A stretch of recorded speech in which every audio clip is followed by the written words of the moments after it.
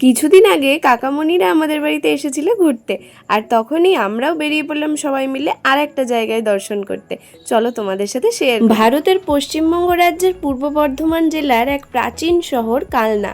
ভাগীরথী নদীর তীরে অবস্থিত এই শহর শুধু ধর্মীয় নয়, ঐতিহাসিক ও শিল্পের জন্যও বিখ্যাত।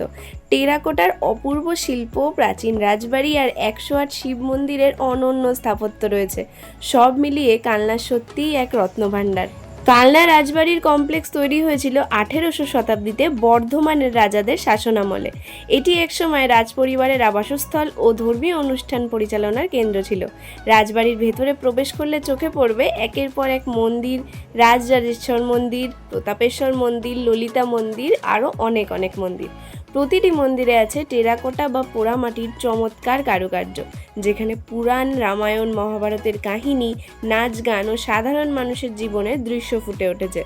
এই টেরাকোটা শিল্প বাংলার প্রাচীন স্থাপত্যকলার এক অনন্য নিদর্শন। প্রতিটি ইট যেন সেই সময়ের শিল্প, সংস্কৃতি ও বিশ্বাসের কথা বলে। সেখান থেকেই চলে গেছিলাম ঠিক উল্টো দিকে 108 শিব মন্দিরে।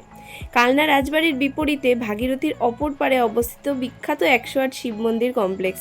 এটি তৈরি হয়েছিল 1809 সালে বর্ধমানের রাজা তেজচাঁদ রায়ের আদেশে। মন্দিরগুলো বিন্যাস অত্যন্ত অনন্য। দুটি বৃত্তাকার সারিতে সাজানো 108টি ছোট ছোট মন্দির। বাইরের বৃত্তে 74টি মন্দির, ভিতরের বৃত্তে 34টি মন্দির। আরও আশ্চর্যের বিষয় হলো মন্দিরগুলির ভিতরে থাকা শিবলিঙ্গ একটির পর একটি কালো শিব ও সাদা শিব রঙের। এই বিন্যাসের মধ্যেই শিব ও শক্তির ঐক্যের প্রতীক ফুটে উঠেছে। প্রতি বছর মহাশিবরাত্রি এবং চৈত্র মাসের শিব পূজা উপলক্ষে এখানে হাজার হাজার ভক্তের সমাগম হয়। এই পবিত্র স্থানটি কালনাকে এক বিশুদ্ধ আধ্যাত্মিক আবহে ঘিরে রাখে। বাড়ির কাছে হওয়াতে খুব তাড়াতাড়ি আমরা ঘুরে কিন্তু চলে এসেছিলাম। তোমরাও ঘুরে আসতে পারো এরকম একটা ছুটির দিনে। ভিডিওটা কেমন লাগলো জানাতে একদম ভুলো না। সবাই ভালো থেকো, দেখা হচ্ছে খুব শিগগিরই।